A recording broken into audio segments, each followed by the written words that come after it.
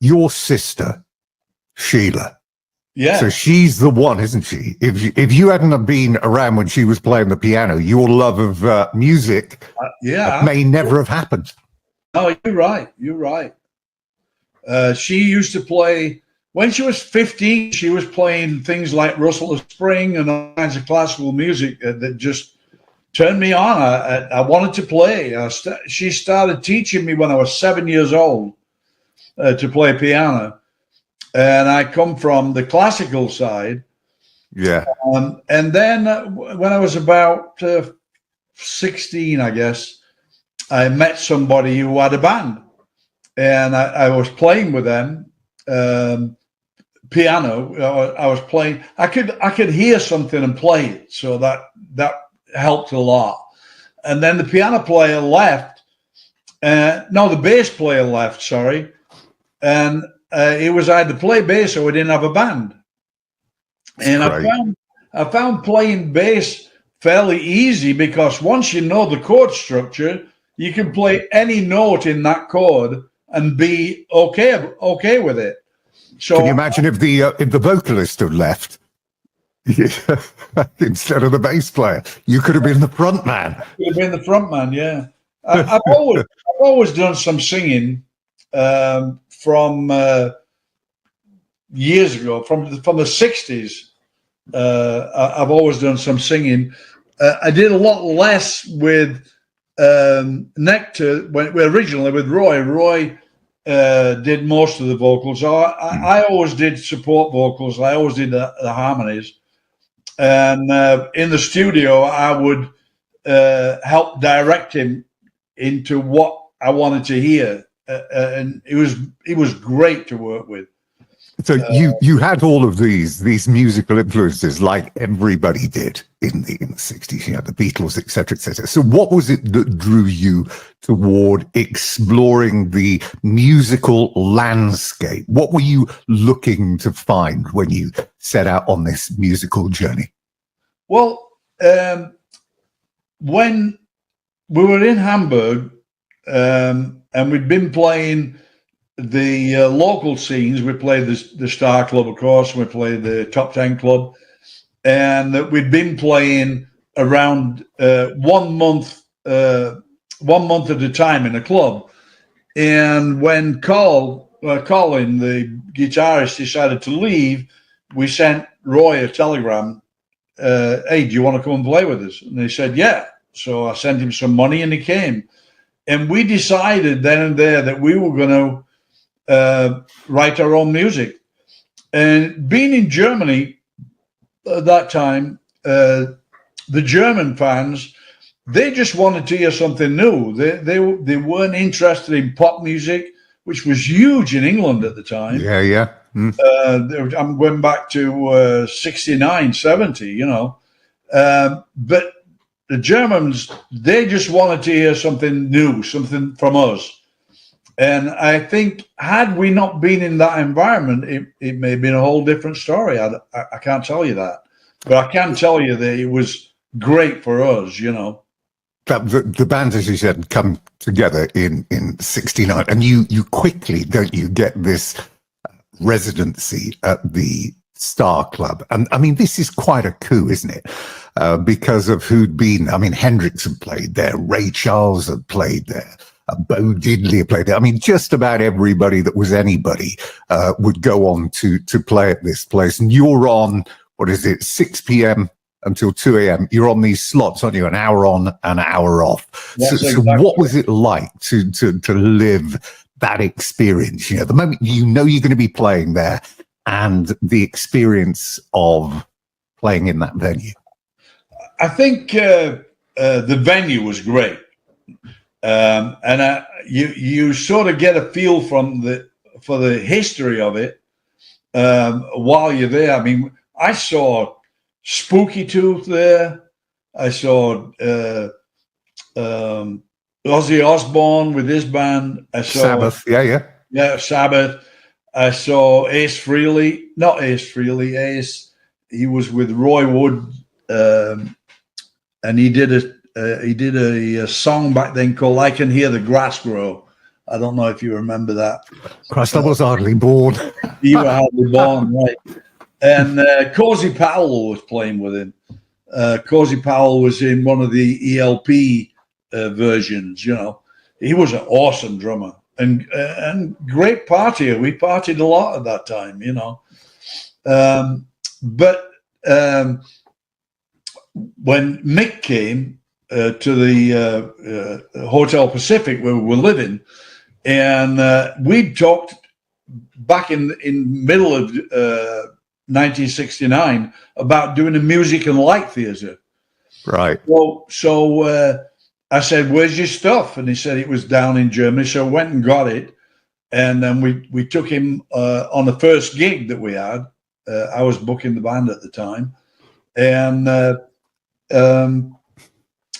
said to the manager, we have a light show. He said, "Oh, we have lights." I said, "No, this is a light show. This is something completely different." And I said, "I'll tell you what, if you let's agree on 500 marks." That was about $100 at the time, 125 maybe. And I said, "If you don't like it, you don't have to pay for it." So he said, "Yeah, I can go with that." And of course, he paid for it because he wanted it back. Mick was light years ahead at that time.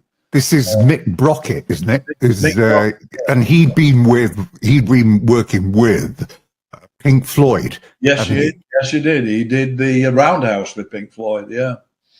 So this was unlike anything else going with your music. You were getting a big following, and your objective, I suppose, if you like, to be original. You just said, we try not to listen to anybody else too much because we don't want to be influenced by anybody but ourselves.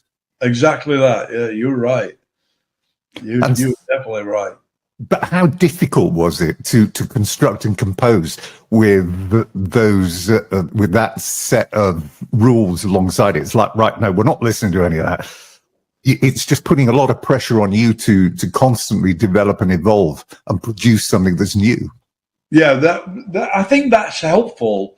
You know, if you've got a lot of music in your head, and you're together with people who can help bring that out, then you have success. I mean, we've done upwards of 20 albums now, and every album was different to the last one. You know, that's how you do that. You're able to imagine what it is you want to play and play it, you know.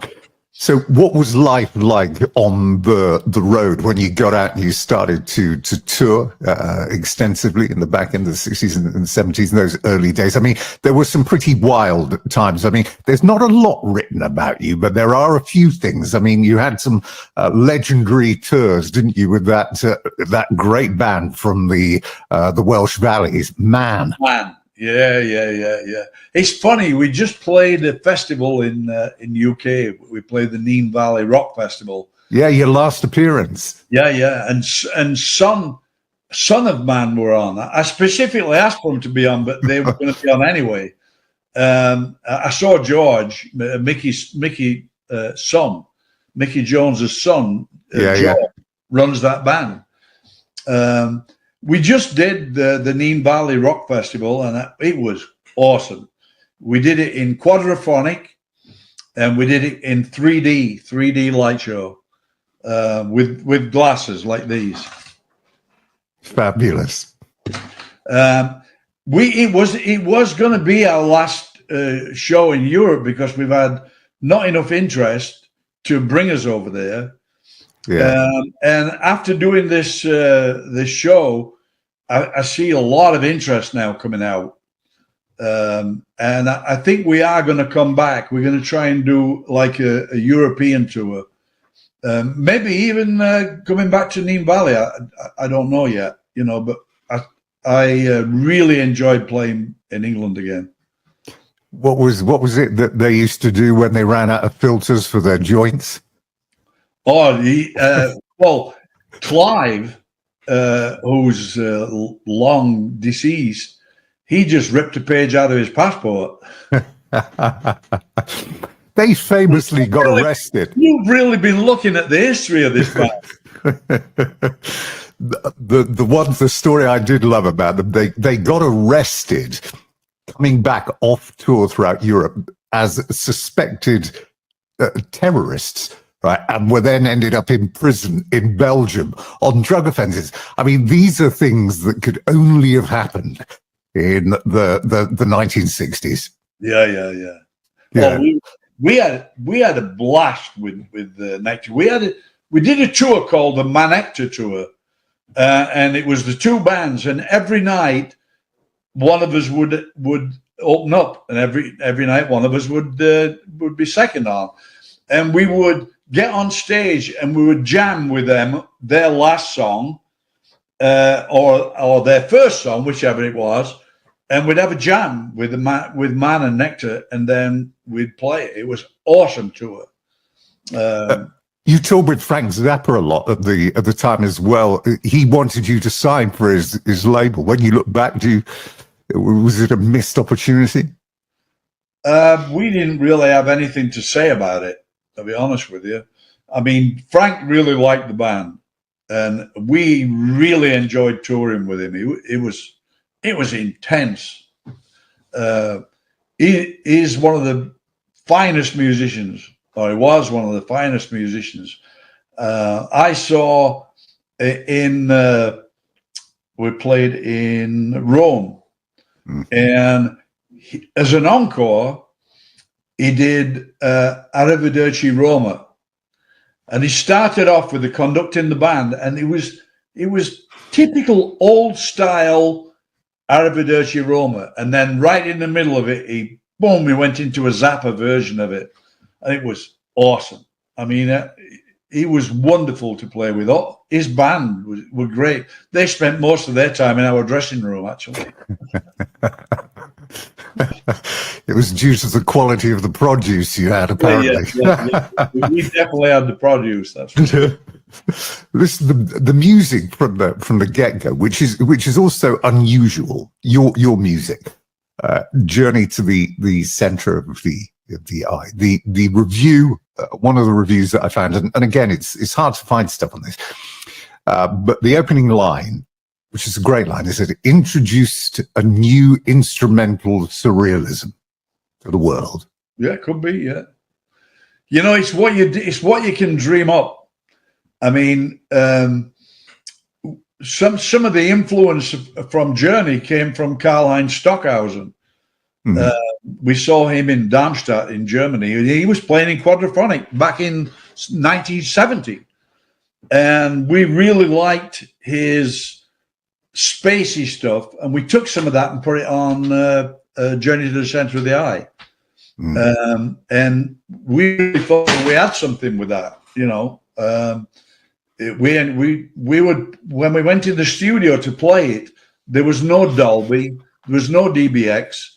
You had to play until it was done. So it was a 45-minute song that we had to play to get the basic track. One thing we've always done with all our music is the basic tracks have always been live, and that gives the music a different feel than just going in the studio. It doesn't sound clinical when you do it that way, you know. If you look at, for instance, The Other Side, which we did with this band in 2018, we did Drifting, and that was live. We went in, we played it, and we liked it, so we kept it. So that was a live song. All we added was the vocal and the piano under the vocal. And sometimes you can capture that magic that way, you know. With the latest album, Mission to Mars, we went in the studio 2 days. We had all the basic tracks down, the live basic tracks, and then we built on that to what we have with it now. Following on from that, the Journey album, Having the Ocean made the top 200 in the US, which again, I mean, is a big deal. I love the version of King of Twilight covered by Iron Maiden. Oh yeah, on the B side of Aces High. Yeah. He was a big fan, wasn't he? Yeah, he was. Steve Harris. Steve actually came to a gig in New York, I think it was. And they took some other songs, Nelly the Elephant, they were going to do. They took 4 songs in total to record, or to be available to them to record. And what came out was Crying in the Dark and King of Twilight on Aces High. And I thought they did a great version of it. It was definitely their version of it and not our version of it, you know. Yeah, absolutely. Now, after that, then your career literally changes trajectory. So you record in the UK for the very first time, and you end up at the fabulous Chipping Norton, which is up in Oxfordshire. Mike Vernon's Blue Horizon Records, the home of there. What actually moved you to come to England to produce? It looked like the ideal thing would be for you to go to the US. So how come you ended up there? Well, we were looking to branch our horizons. We did Tab and Journey and Sounds Like This. We did in Dieter Dirk's studio in Stommel near Cologne. And it was fabulous, but we were looking for a new horizon. And Peter Hauke found Chipping Norton. We walked into Chipping Norton. It seemed like it was a stripped down version of Dieter Dirk's. I mean, there wasn't a lot of outboard stuff, but the working with the Barry Hammond was totally in tune with what we were doing, and we had some long. We only had 5 days to record Remember the Future, and we were going round the clock. Yeah, because you booked the studio, didn't you? It was 24/7. There are some legendary tales of you. I think, what was it? The longest session that you had was 72 hours straight, and you're feeding the engineer speed to make sure he can get through it. That's absolutely right. That was AN1s we got from Germany. Yeah. Boy, I'm going to tell you, that album just grew. We were writing the words and running in the studio. Okay, here we are. Let's do this and let's do that.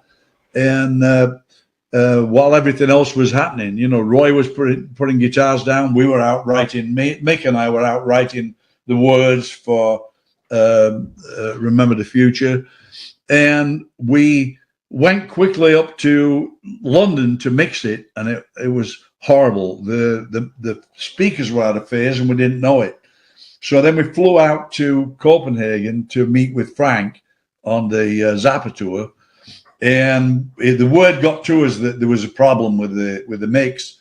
So when we got down near Cologne, Roy and I jumped off at Cologne and remixed. Barry Hammond flew over to us, and we remixed it in quad. And it sounds.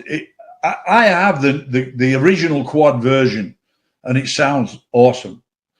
Even Frank commented on the fact that you looked a bit haggard, didn't he? Yeah. I know what you've been smoking. Yes, you did. So, listen, top 20 album in the US, which is an incredible achievement. You're in the charts in Canada, you're in the charts in Australia. Again, the UK is a bit slow on the take-up, but then it was all a bit glam rock around that time. But were you surprised at the level of success that you had in the US, which, you know, the biggest music market in the world and the most important? We were shocked, but we didn't know where the normal was.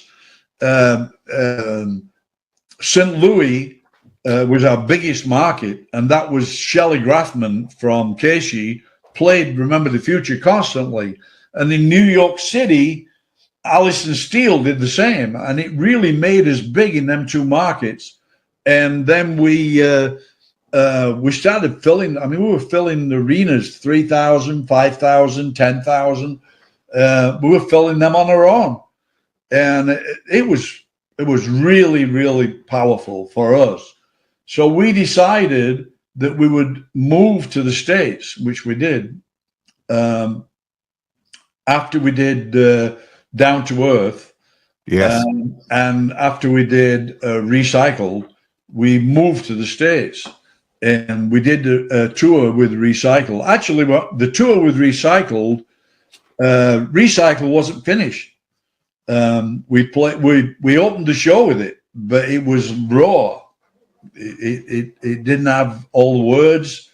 It had the music, but it didn't have all the words. What was it like for you to actually have money?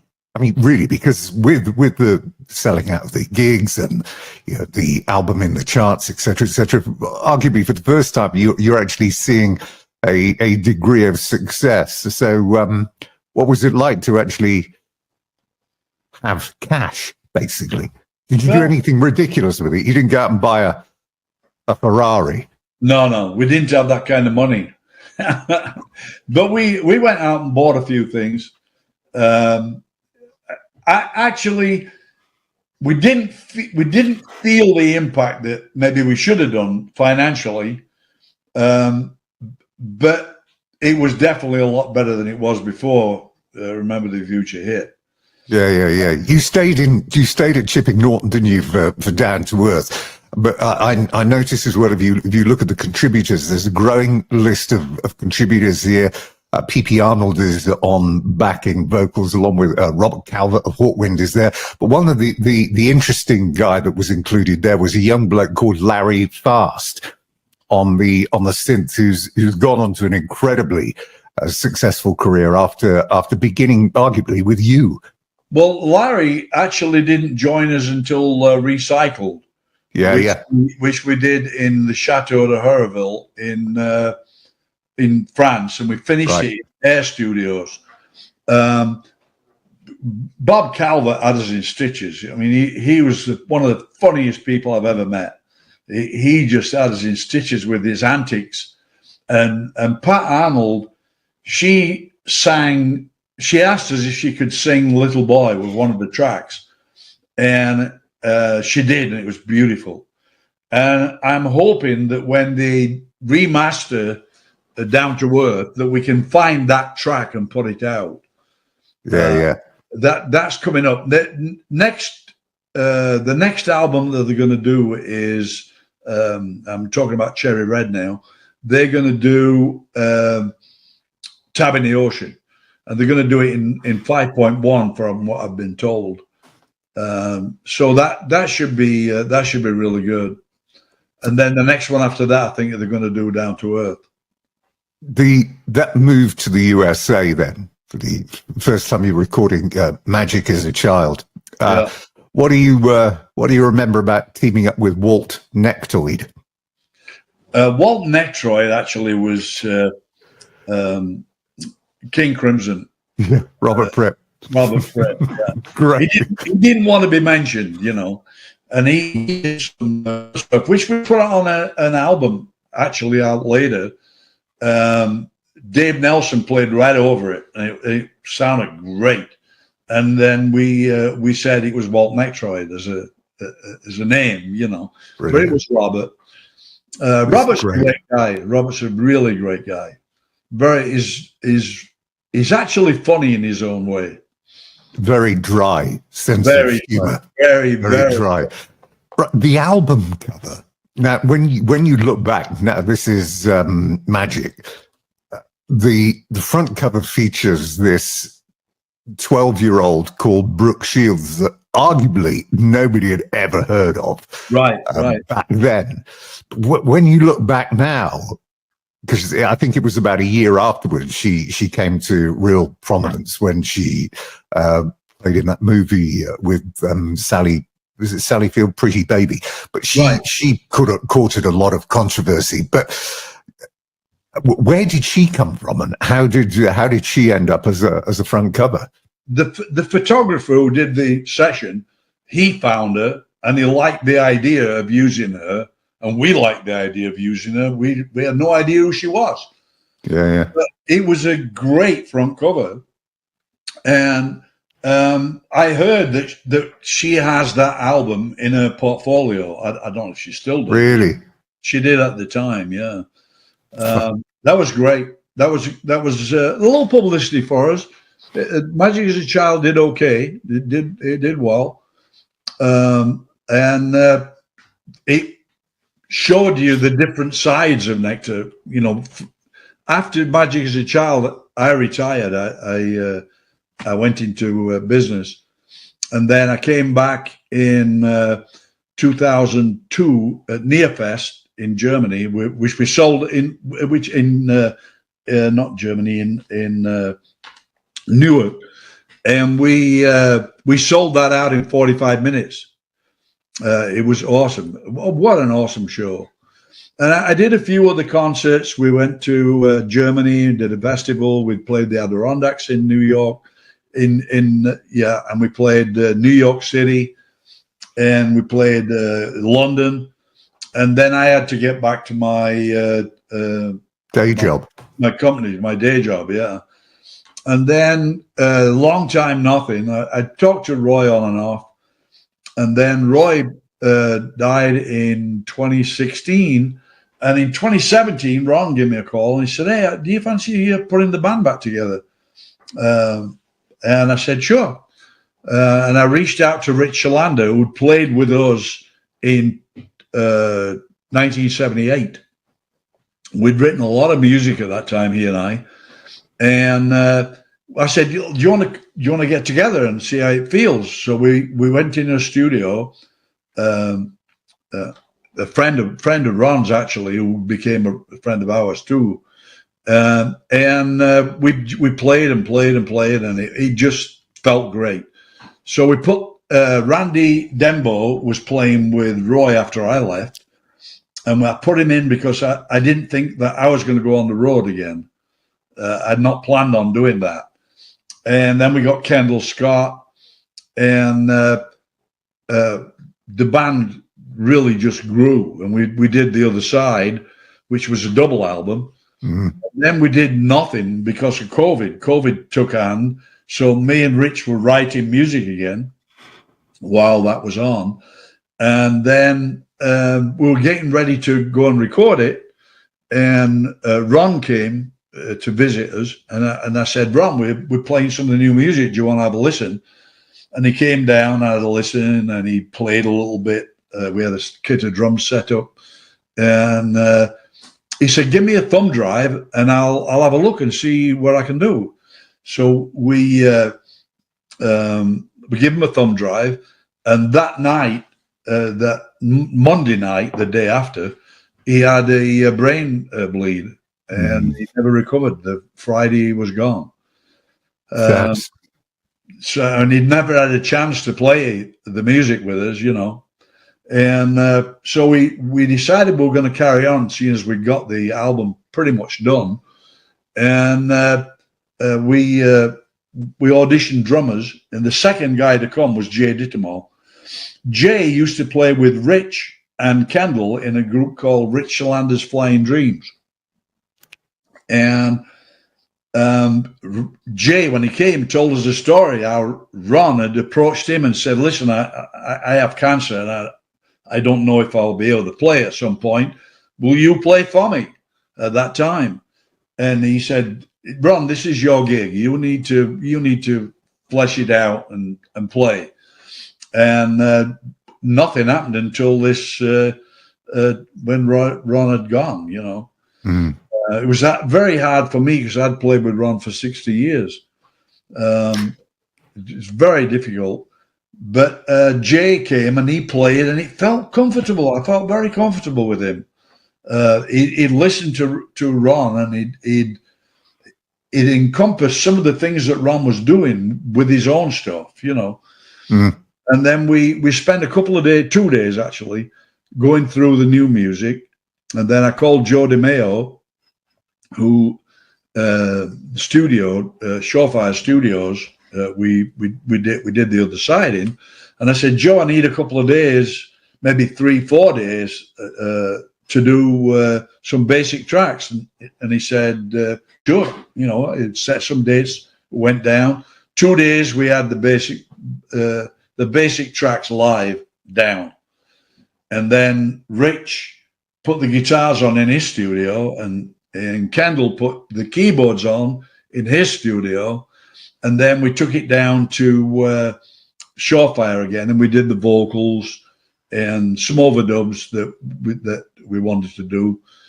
And then we went back and mixed it, and it sounded great. I mean, we were really listening to everything because we wanted to make sure there's plenty of space around the music. And we used Leon Zervos, who used to be in Sterling Sound in New York. He was their head guy for doing mastering, and he mastered it in Australia, and he mastered it separately for CD and separately for vinyl. The vinyl actually is due out, I think, the 10th of October, although it's starting to go out. The pre-sales go out now. I don't know if you're a vinyl guy or if you're a CD guy, but if you let us know, both, I'll make sure that you get one of each then. I don't think you have that yet, right? No, we don't.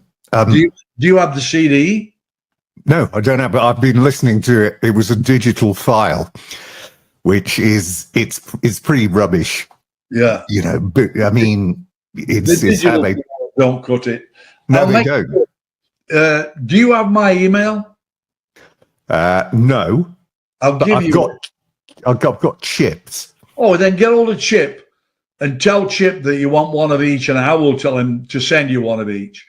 It'll come from Cargo Records. In the UK, but I'll make sure you get one if I have to send you one myself.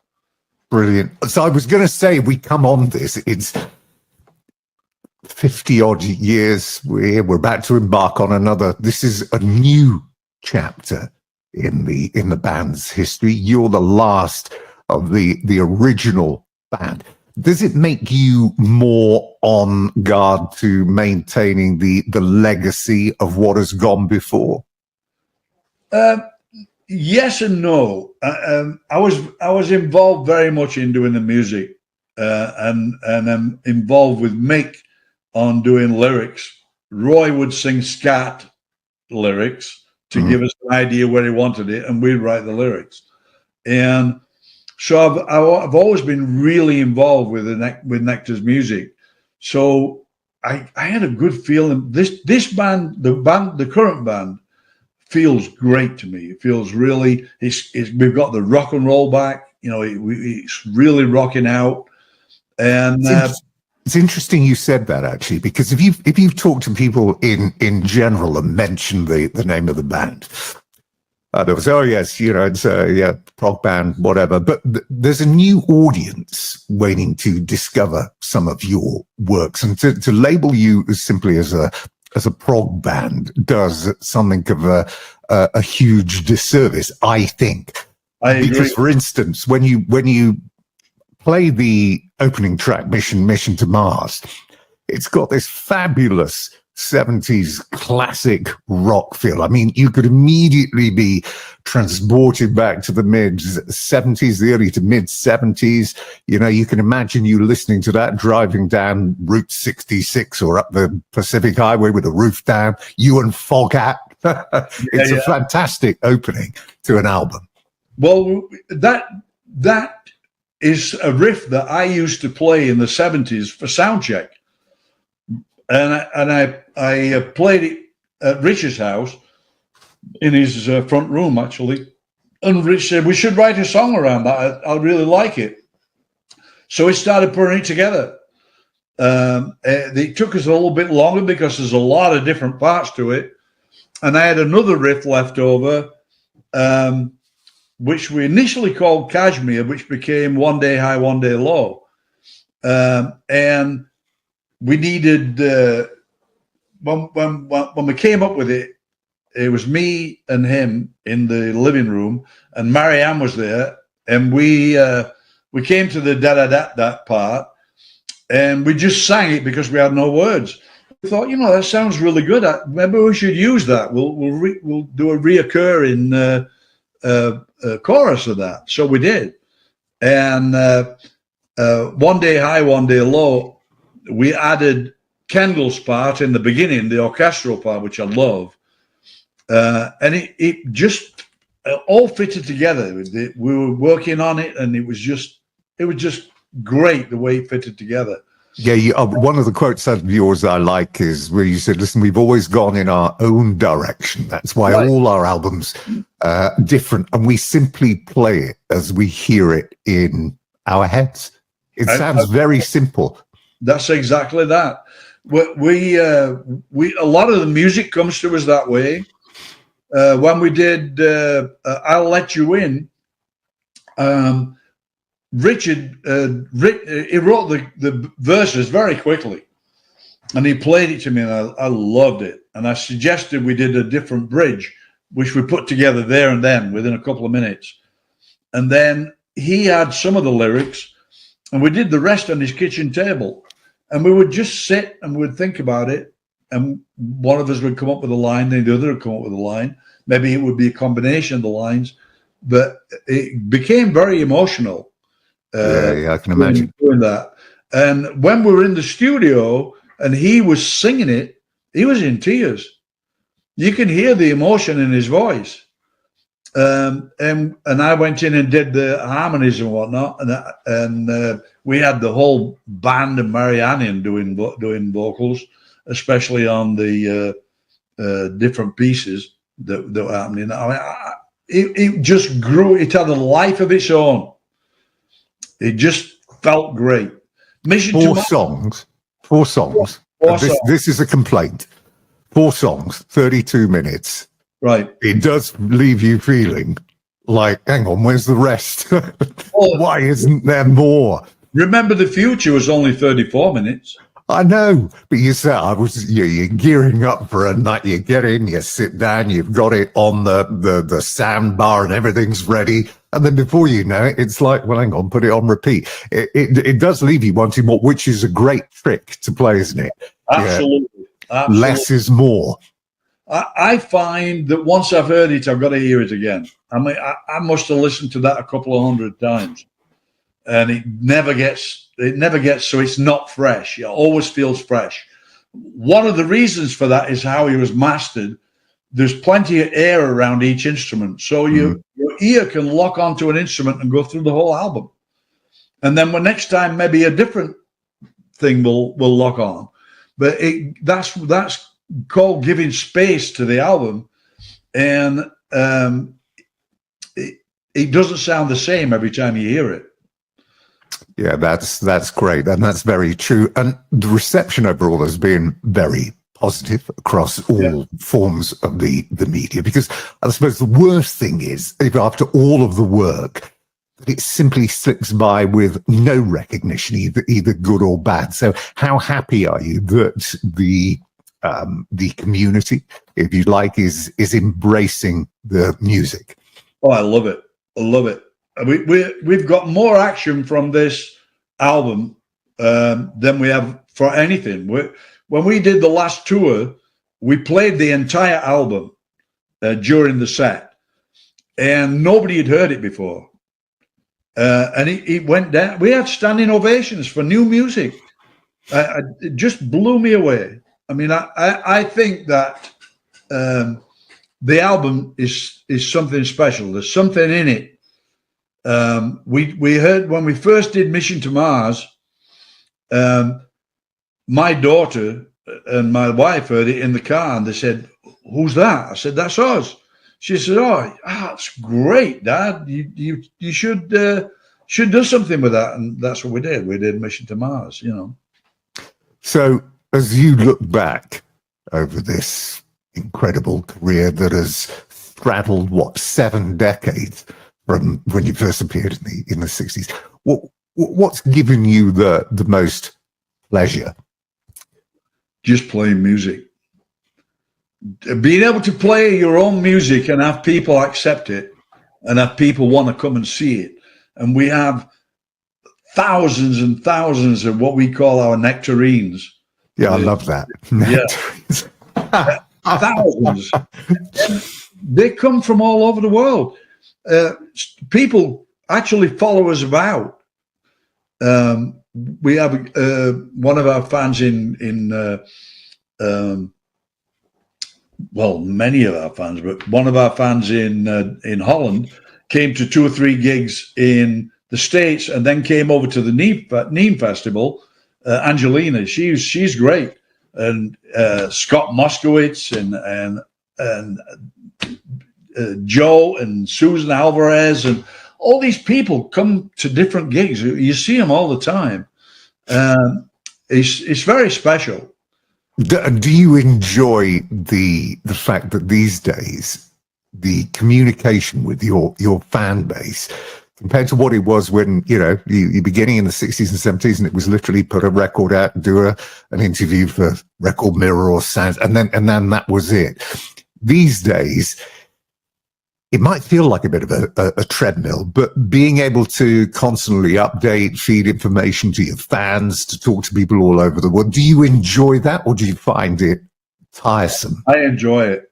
I mean, that's how I keep in touch with my family in Germany and in England.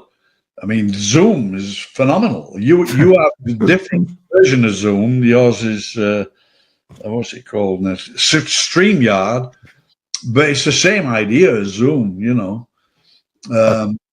I think technology is wonderful, and if you can use that technology, I mean, we did a lot of writing over the internet and singing over the internet. You can't play over the internet because of the lag time, but you can certainly listen to stuff together and put lyrics together and put pieces together. Certainly we couldn't have done what we did. And tell me, are you still a keen play shooter? Yes, yeah. You're still doing it? I'm still doing that, yeah.